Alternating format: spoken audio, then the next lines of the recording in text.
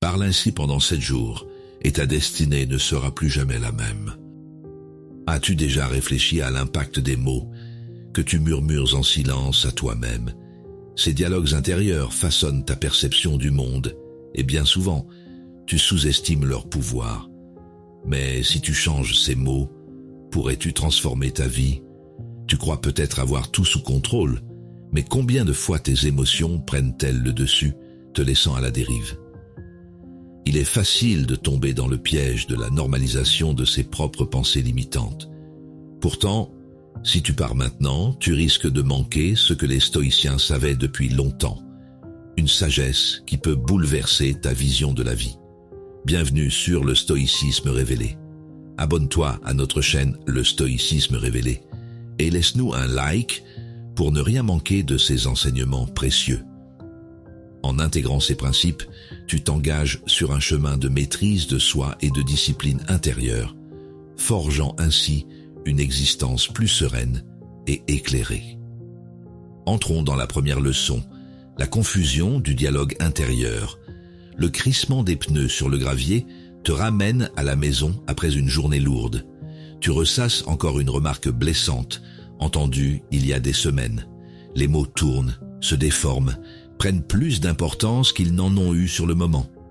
Tu sens cette tension familière dans la poitrine, comme si ton esprit refusait de passer à autre chose.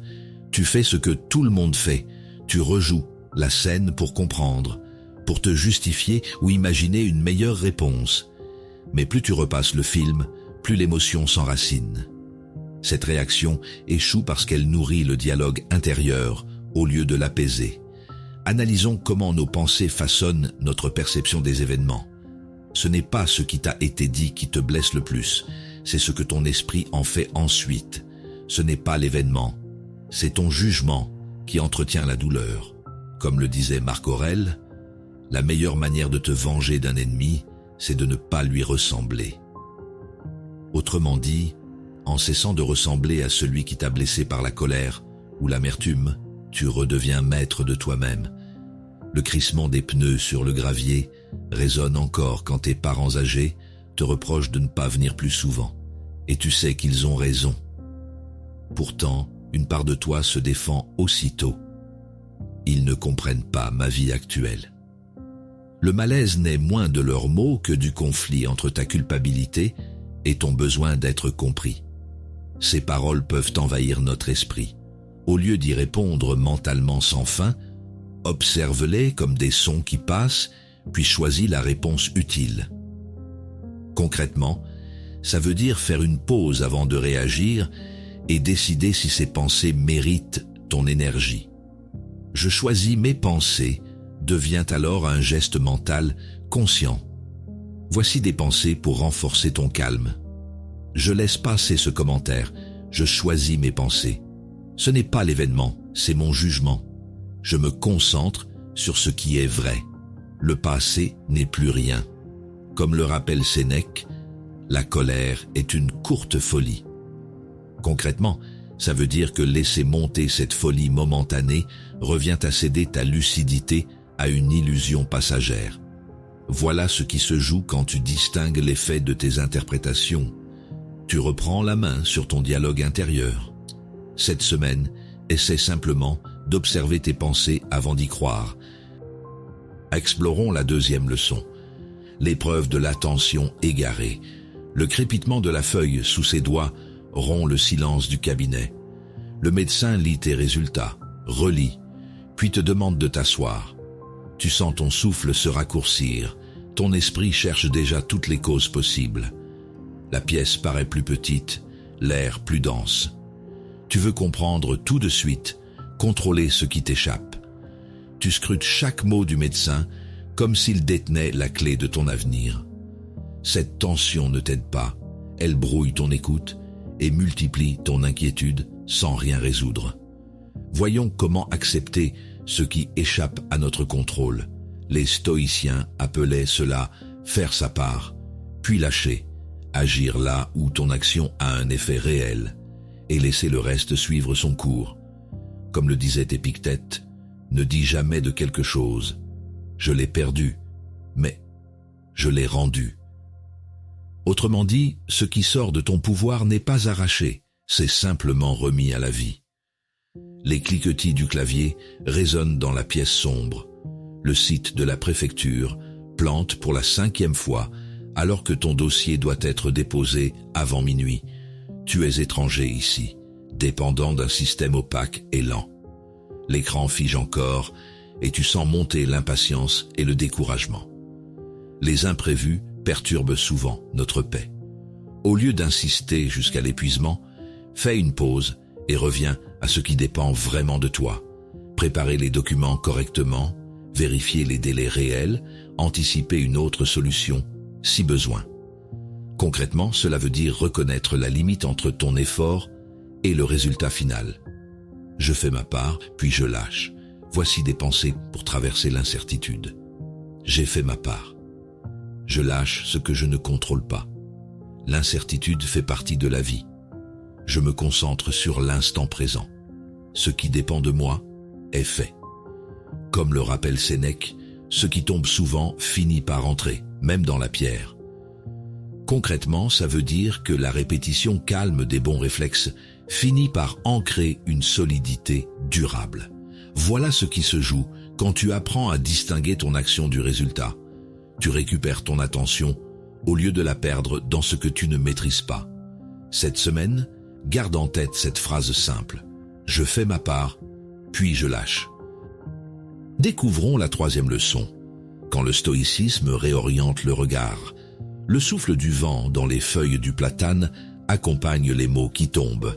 Un proche te dit une vérité désagréable, sans détour. Elle te traverse comme un coup sec, laissant un goût amer et le silence qui suit. Tu sens ton cœur battre plus fort, entre colère et honte. Souvent, tu te défends aussitôt. Tu cherches à prouver qu'il a tort, à justifier ton comportement ou à changer de sujet. Mais cette réaction ne fait que renforcer la douleur. Au lieu d'écouter ce qui pourrait t'aider à grandir, tu restes enfermé dans ta blessure. Explorons comment le stoïcisme aide à accepter nos réalités. Accepter ce qu'on ne peut pas changer, c'est reconnaître que certaines vérités font mal, mais éclairent aussi une part de nous-mêmes. Comme le disait Sénèque, ce n'est pas parce que les choses sont difficiles que nous n'osons pas, c'est parce que nous n'osons pas qu'elles sont difficiles. Autrement dit, refuser d'affronter ce qui dérange rend la situation encore plus pesante. Oser la regarder ouvre la voie à un changement réel. Les photos au mur que tu ne regardes plus rappellent une autre forme de vérité difficile. Tu te couches seul dans le lit qui était celui de vous deux, pour la première fois depuis 30 ans. Le silence pèse lourd, la lumière tamisée révèle l'absence plutôt que la présence. Là encore, c'est ton regard sur ce vide qui détermine ce que tu vis. Ces moments nous rappellent notre vulnérabilité. Au lieu de fuir ou d'entretenir des regrets, pose ton attention sur ce que tu peux comprendre et transformer en toi.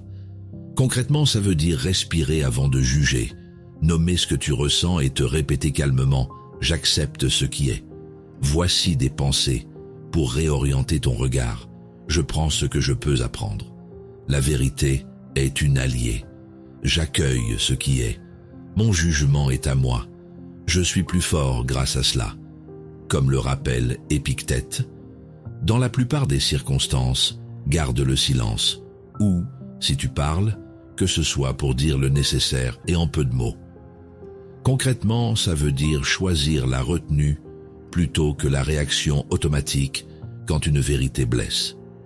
Voilà ce qui se joue quand tu cesses de lutter contre la réalité. Elle devient un terrain d'apprentissage plutôt qu'une punition. Cette semaine, garde en tête qu'une vérité difficile peut être une occasion discrète d'évoluer si tu acceptes simplement de la regarder en face. Approchons la 4e leçon, la transformation par la vertu silencieuse. Le bruit du moteur qu'on éteint laisse un court silence avant que la voix de ton collègue ne monte. Quelqu'un te reproche ta sincérité comme si c'était une faute, comme si dire ce que tu pensais honnêtement était un manque de tact. Tu sens la tension dans l'air et le regard lourd posé sur toi. Tout en toi hésite entre répondre ou te taire. La réaction habituelle, c'est de vouloir se justifier, d'expliquer encore pour être compris. Mais plus on parle dans ces moments-là, plus l'autre se ferme. La conversation devient un champ de défense où chacun protège son ego au lieu d'écouter. Voyons comment rester centré face aux réactions des autres. Le principe est simple. Garder ton calme quand l'autre perd le sien ne fait pas de toi quelqu'un de faible, mais quelqu'un qui maîtrise son attention. Tu n'as pas à gagner la discussion, seulement à préserver ta clarté intérieure. Comme le disait Épictète, il est impossible d'apprendre ce qu'on croit déjà savoir. Autrement dit, si tu crois devoir toujours avoir raison, tu fermes la porte à toute évolution possible. La chaleur absente à côté de toi rappelle un autre type de perte. Un objet auquel tu tenais vient de se briser accidentellement. Le réflexe serait d'en vouloir à ton geste maladroit ou au hasard qui t'a surpris. Pourtant, c'est une autre forme de réaction aux événements hors de ton contrôle. Transformer la contrariété en calme lucide plutôt qu'en colère impuissante. Parfois, notre sincérité n'est pas bien reçue. Au lieu de te défendre ou d'accuser, respire et observe ce qui se passe en toi avant d'agir. Concrètement, ça veut dire attendre que l'émotion redescende avant de répondre ou même choisir de ne rien dire du tout. C'est ainsi que la dignité trouve sa place dans le silence. Voici des pensées pour cultiver le calme sous pression. Mon calme est ma force. Je n'ai pas besoin de répondre. Je choisis de rester silencieux. Leurs mots ne me définissent pas. Je contrôle mes réactions. Comme le rappelle Marc Aurèle, accoutume-toi à ne penser que des choses que tu ne craindrais pas de dire tout haut. Concrètement, ça veut dire que la maîtrise commence dans tes pensées avant même qu'un mot ne sorte. Voilà ce qui se joue quand tu choisis le silence conscient plutôt que la réplique impulsive. Tu restes maître de toi, au lieu d'être esclave du moment. Cette semaine, observe une seule fois où tu pourrais incarner cette vertu silencieuse et mesure ce que cela change en toi. Écoutons ce que dit la 5e leçon. La révélation d'une vie apaisée. Ton hésitation devant le terminal. Ta carte bancaire est refusée en caisse alors que tu sais que le compte est approvisionné. Le bip sec du lecteur attire les regards, la caissière soupire, un client s'impatiente derrière toi. Tu sens la chaleur monter dans ton visage sans savoir si c'est la gêne ou la colère. La réaction habituelle, c'est de protester, de chercher à tout prix une explication immédiate, voire de rejeter la faute sur l'appareil ou sur l'employé. Pourtant, cette agitation ne résout rien. Elle ajoute simplement de la tension à une situation déjà inconfortable. Analysons comment rester serein face aux imprévus. Le stoïcien apprend à distinguer ce qu'il contrôle, son attitude, de ce qu'il ne contrôle pas, l'incident lui-même. Cultiver cette discipline demande de la pratique. Garder son calme quand l'autre perd le sien n'est pas inné. Comme le disait Sénèque, personne ne devient bon par hasard, il faut l'apprendre. Autrement dit, tu apprends à maîtriser tes réactions comme on entraîne un muscle, par répétition consciente. L'écho métallique des annonces qui se chevauchent dans le métro t'enveloppe.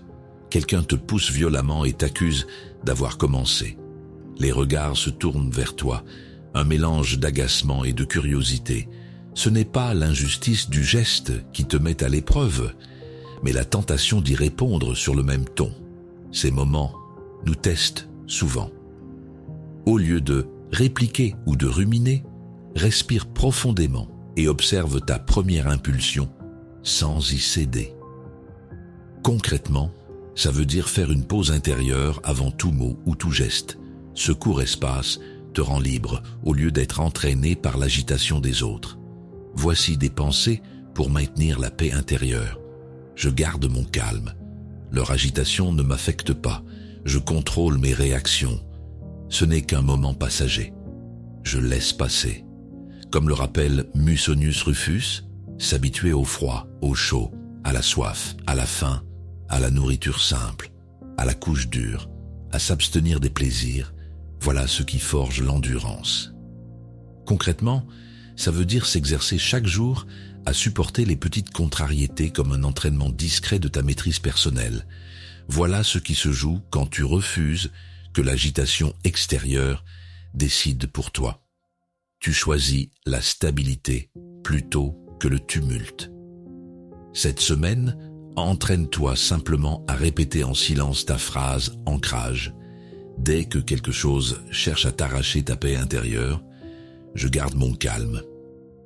Avançons vers la 6e leçon. Les principes pour connaître sa valeur. La lumière blanche du plafonnier éclaire la pièce pendant qu'on te félicite pour ton travail. Les mots sont flatteurs, presque trop. Tu sens une chaleur familière monter, un mélange de plaisir et de doute. Quelqu'un te flatte et tu te surprends à y prendre goût. Souvent, on cherche à prolonger ce moment, à se montrer encore plus aimable, comme pour mériter davantage cette reconnaissance. Mais en agissant ainsi, on finit par dépendre du regard de l'autre, et dès que les compliments cessent, le doute revient aussitôt. Voyons comment rester ancré quand l'approbation nous attire. Connaître ta valeur indépendamment de l'opinion des autres, c'est comprendre que ton estime ne doit pas fluctuer avec leurs mots. Comme le disait Marc Aurèle, l'homme vaut parce qu'il fait, non parce qu'il dit.